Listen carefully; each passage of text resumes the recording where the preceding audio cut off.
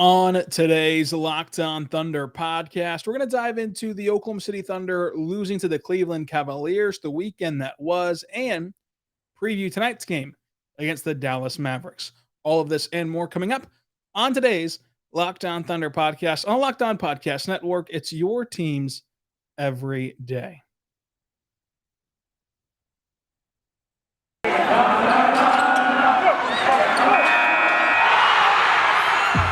Locked On Thunder, your daily Oklahoma City Thunder podcast. Part of the Locked On Podcast Network, your team every day.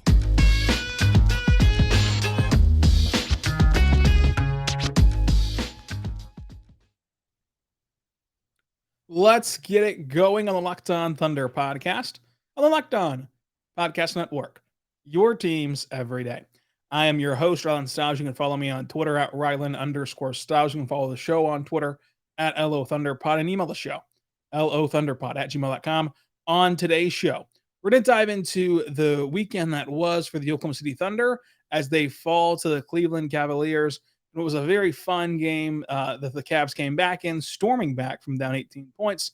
The Thunder take on the Mavs tonight. SGA scored 21. Lu Dort had 17. Ty Jerome look like Steph Curry out there at times. And then Darius Bazley continues to thrive off the bench. Very, very fun game. Very fun week ahead. Here on the Locked On Thunder podcast, we have today's recap show of the Cavs game. Tomorrow, we're going to be joined by Nick Engstead of Locked On Mavericks to discuss Monday's Mavericks game. Wednesday, we're going to grade the season at the midway point. Thursday, Spurs recap. Friday, NBA draft stock watch.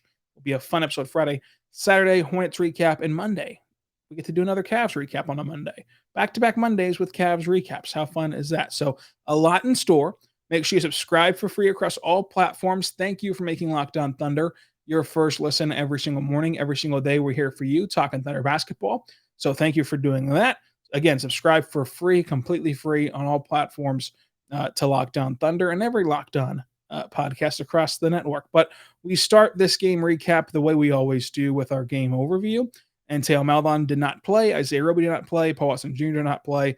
Pokusevski did not play. Vit did not play. Sarr did not play. And Kenneth Williams is still in health and safety protocols. Rajon Rondo is out. On Sexton and Rubio are out for the season. Ed Davis did not play. And Dean Wade did not play for the Cavs. The Thunder start out with SGA, Josh Giddey, Lu Dort, Jeremiah Robinson-Earl, Derek Favors.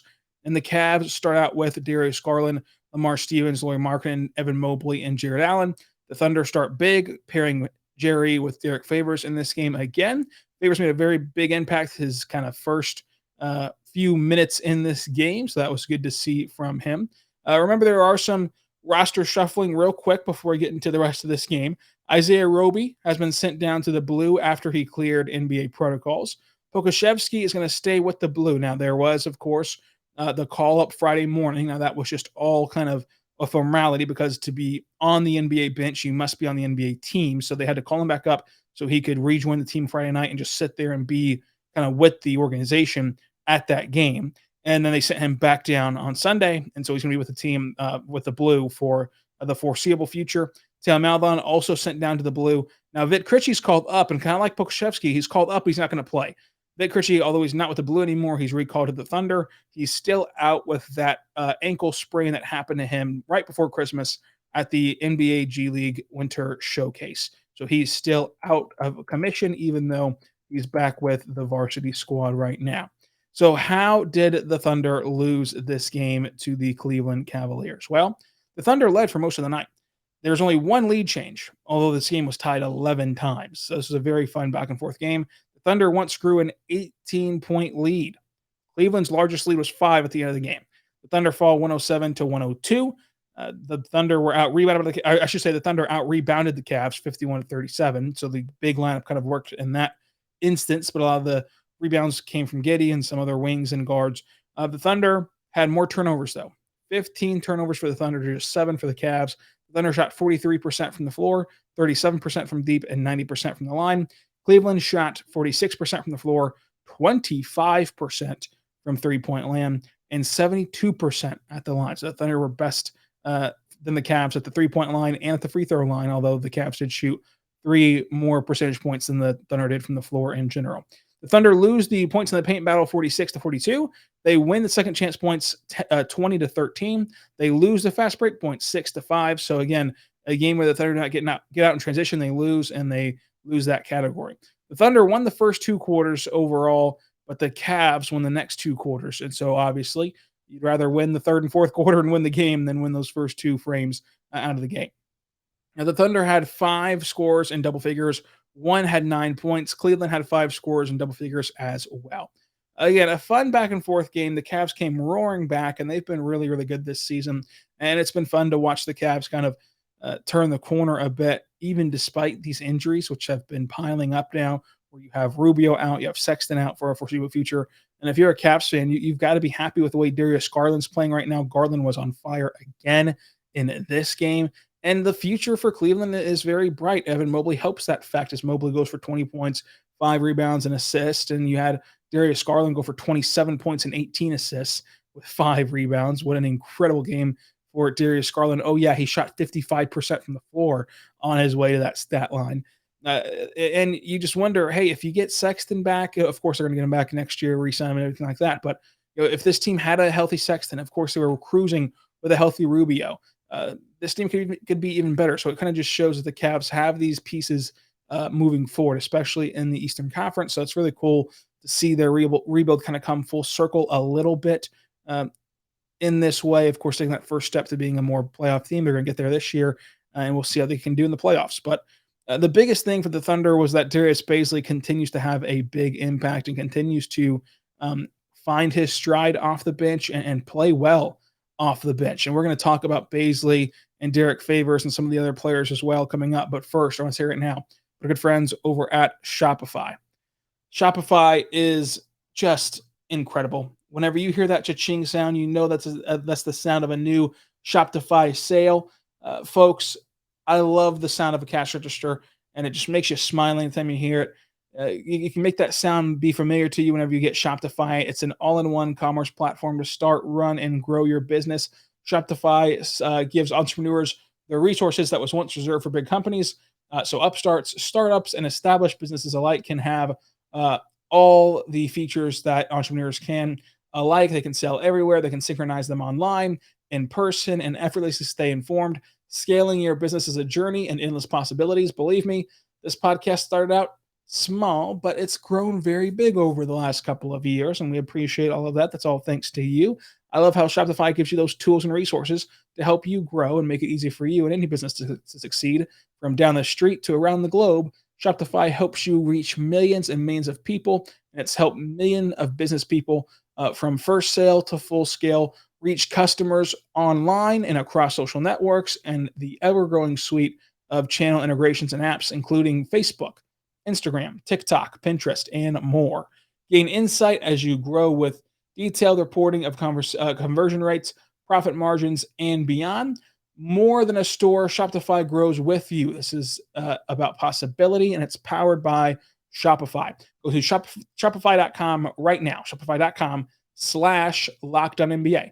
That's Shopify.com/LockedOnNBA, all lowercase, for a free 14-day trial to get full access to Shopify's entire suite of features. Grow your business with Shopify today. Go to Shopify.com/LockedOnNBA right now. Shopify.com/LockedOnNBA. That's Shopify.com/LockedOnNBA, all lowercase. Shopify is more than a store. It connects you with your customers, and it delivers sales to you. Manage your day-to-day progress with Shopify. Shopify instantly lets you accept all major payment methods. Shopify has thousands of integrations of third-party apps, from on-demand printing to accounting to advanced chatbots and more. Go check out Shopify. Again, that's Shopify.com/LockedOnNBA. Supercharge your knowledge, your sale, and your success. Discover endless possibilities, discover inspiration, and discover what's possible for you and your business with Shopify.com/LockedOnNBA for that 14-day free trial.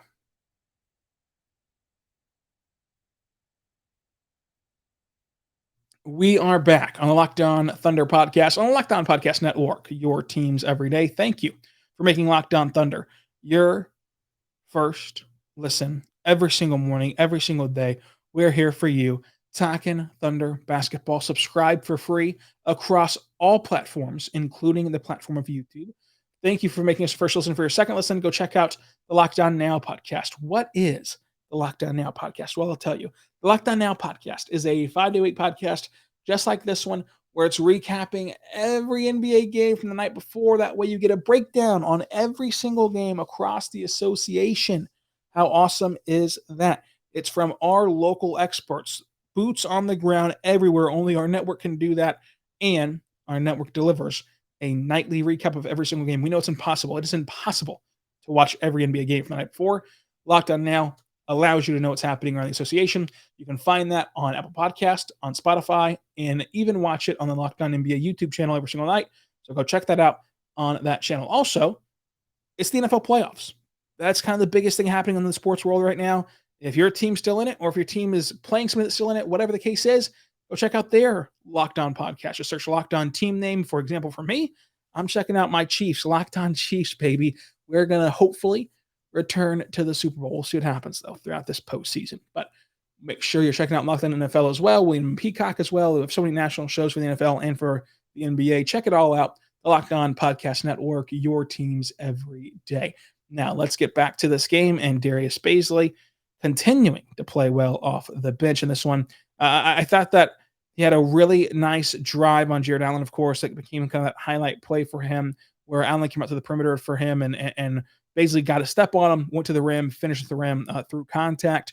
And what was good about that is it happened for him, but then he had other opportunities where he could ISO Allen at the perimeter and try to drive by him again. And he didn't take those chances because he wanted to play within the flow of the offense. I think that Darius Bazley, even 2 months ago, would have just zeroed in and lasered in on that matchup. And so it resulted in an isolation situation. It results in more turnovers. It results in missed shots. It results in kind of possession killers and ball stopping action.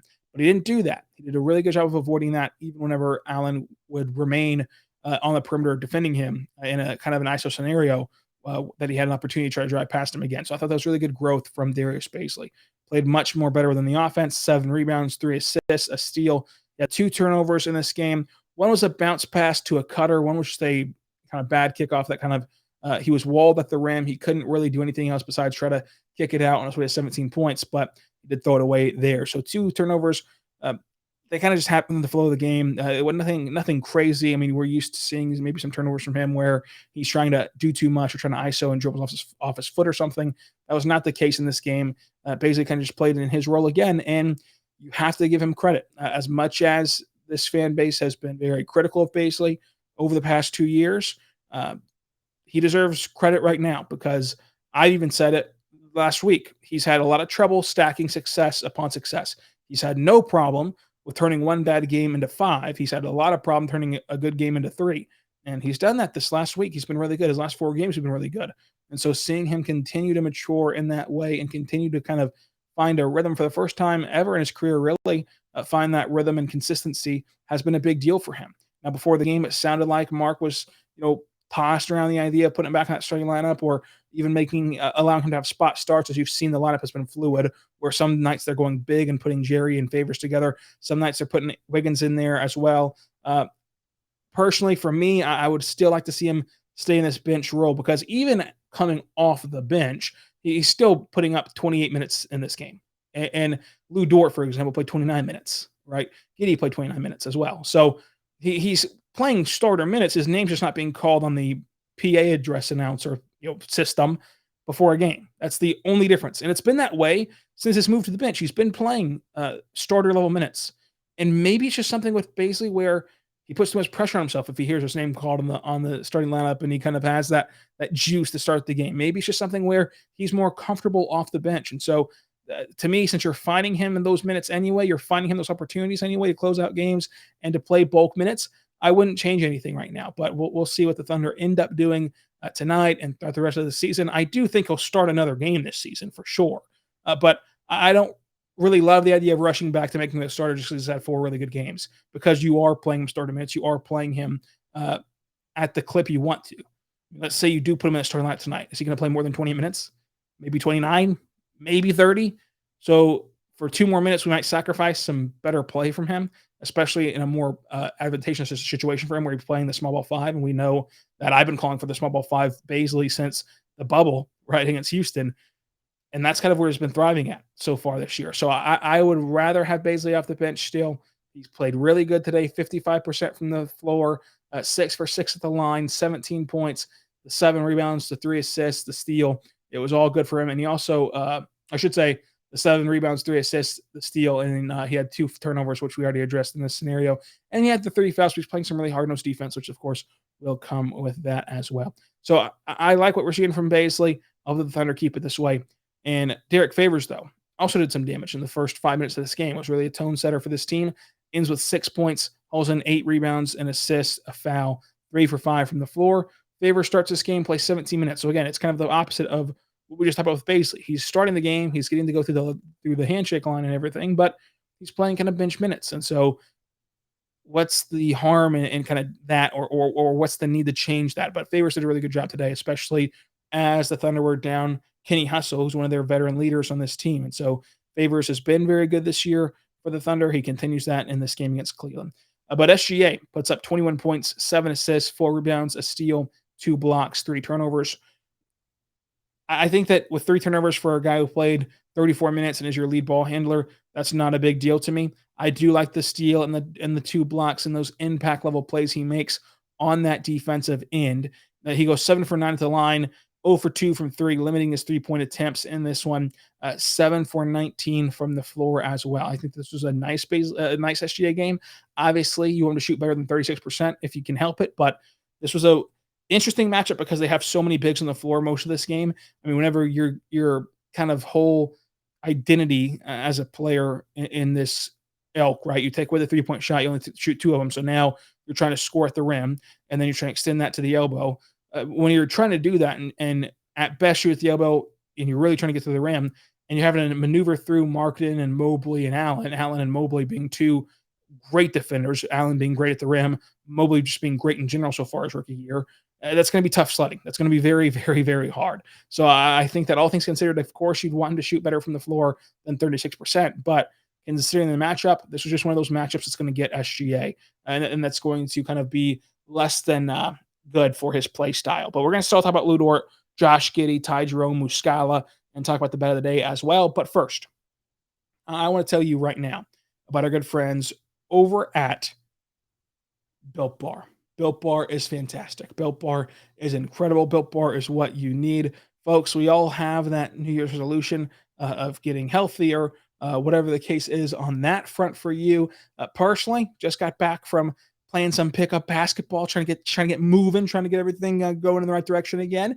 And hey, I look like that Tony Snow graphic where it's got 0 points, 0 assists, 0 blocks, 0 whatever, and 28 minutes played. But at least we're out there shooting some hoops. And Built Bar helped get the power to do that and the energy to do that. It was filling before, after workout, whatever the case is, snack, meal replacement. Folks, when you have an early morning gym session, it's easy to skip breakfast and just go with this Built Bar, because I'm telling you, folks, this Built Bar, it fills you up. It takes me all the way through breakfast, all the way through lunch until dinner time. It's that feeling. It's that good. Check them out, BuiltBar.com. Use the promo code LOCKED15 to get 15% off of your next order. Most Built Bars have 130 calories, 4 grams of sugar, 4 grams of net carbs, and 17 grams of protein. Compare that to a candy bar, which typically has about 240 calories, 30 grams of sugar, and a dozen or so net carbs. Try them out today. They have amazing flavors as well: coconut almond, peanut butter brownie, raspberry, cookies and cream, salted caramel, mint brownie, and many more. In fact, Built Bar always comes out with new flavors and limited time only flavors, so go check out to the site often to see what's new and what's available. I personally love cookies and cream. Go check out Cookies and Cream Built Bar today at Built.com. Promo code LOCK15, 15% off your next order at Built.com. Promo code LOCK15, 15% off your next order at Built.com. Make sure you go check it out today for 15% off of your next order. I'm going to tell you right now, we're good friends over at BetOnline.ag. BetOnline is your online sportbook experts. It's a happy new betting year, and we want to continue to the march to the playoffs and the divisional round in the NFL. BetOnline remains your number one spot for all sports wagering this season for 2022. New year and a new updated desktop and website interface. So go check them out as well. Promo code Locked On, which you 50% welcome bonus on your first deposit. A 50% welcome bonus on your first deposit at BetOnline.ag. whenever you use the promo code Locked On. From football, basketball, hockey, boxing, UFC, and even your favorite Vegas casino games. Do not wait. Take advantage right now of these amazing offers at BetOnline.ag. BetOnline is the fastest and best way to bet on all your favorite sport action. BetOnline, where the game starts. We're back on the Locked On Thunder podcast on the Locked On Podcast Network. It's your teams every day. I am your host, Rylan Stiles. You can follow me on Twitter at Rylan_Stiles. It's at RYLAN_STILES. You can follow the show on Twitter at LO ThunderPod. And thank you for making Locked On Thunder your first listen every single morning, every single day. We're here for you, talking Thunder basketball. For your second listen, go check out Locked On Bets. It's a daily one-stop shop for all your gambling needs. Locked On Bets is hosted by your boy Q and expert analysis from our good friend Lee Sterling. It's free and available across all platforms. You can go check it out so that way you can win money at betonline.ag. We're going to get into what the bet of the day is for the Thunder coming up. But first, we're going to talk about our good friend Lou Dort. Lou Dort, 17 points, 3 rebounds, 5 for 5 at the line, 2 for 6 from 3, 5 for 14 from the floor, 35% from the floor, 33% from 3. You'd like the percentages to go up again and be more efficient, but a nice Lou Dort game. Josh Giddey, 11 points, 10 rebounds, 3 assists, a block, 2 fouls. Did shoot 62% from the floor. Love that for him. 1 for 2 from 3. Love that for him. The issue here is not the 11 points. It's not the 10 turnovers. It's not the lack of assists in this game particularly. It's the fact that despite being very efficient as a scorer in this game, he had 6 turnovers. He had an airmail pass to Favors. He had a telegraphed entry pass to the low block. He got ripped twice. He had a backcourt violation. He had an out-of-bounds pass to a cutter that was going to be kind of an easy layup for the Thunder. Just a sloppy ball handling and a sloppy playmaking game for the Thunder in general. We mentioned how many turnovers they had at the start of the show, and how they had more turnovers than the Cavs did, but it'll come, right? It's a rookie who's being asked to do a ton with the ball in his hands, and this is just part of the growing pains. It's just part of life with having a young ball handling guard. So I don't think it's anything to particularly worry about. Ty Jerome was really good. Looked like Steph Curry, 2 for 2 from 3, both very deep threes, 4 for 6 from the floor, 2 rebounds, a steal, 10 points, 18 minutes tonight. And I just continue to give Ty Jerome a ton of props because it's hard, man. It has to be hard to break that routine, get out of that rhythm, not kind of be in the rotation for games at a time, weeks at a time at times, and then be thrusted in there for a quick 12-minute spurt where you're asked to hit your shots. And he's done that. He's done really well at rolling with the punches of being kind of hokey-pokeyed in and out of the rotation. So I like what we've seen so far from Ty Jerome this year. Mike Muscala, in an 8-minute burst, speaking of small spurts, 8 minutes, he had a steal, a foul, and only missed 1 shot, going 3 for 4 from three-point land. He's playing in small spurts, though, to manage an ankle injury, which he dealt with an ankle injury last year, which is, of course, what ended his season last year. And now he's dealing with one again, but it seems like he'll continue to play through this one, but he'll have to manage his minutes wisely and pick his spots on when he can go in on this ankle injury. The bet of the day was OKC +5. That pushed. The Moneyball pick was SGA, and it was, of course, Muscala, who had 3 triples. The MVP of this game, I'm going Darius Bazley. I think that Bazley deserves a ton of props off the bench. Up next, again, the Thunder and Mavs play tonight. We're going to recap that tomorrow with Nick Angstead of Locked On Mavs. Wednesday, we're going to grade the season at the midway point. Thursday, Spurs recap. Friday, NBA draft stock watch. Saturday, Hornets recap. And Monday, Cavs recap. All that's coming up on the Locked On Thunder podcast on the Locked On Podcast Network, your teams every day. Tonight, the Mavs play the Thunder in Dallas. The Mavs only list Reggie Bullock as an injured player. He's questionable with a sore knee. OKC is without Tim Allen, Pokusevski, and Roby, all with the G League. Vitt is out with a ankle injury, I should say. Kenny Hustle is in health and safety protocols. It'll be Luka and KP playing together in this game against SGA, Josh Giddey, and Lou Dort. Luka had an incredible game against Memphis last time out, so we'll see what he can do on this holiday. Enjoy the holiday, reflect on the holiday, and have a good one. And until tomorrow, be good and be good to one another.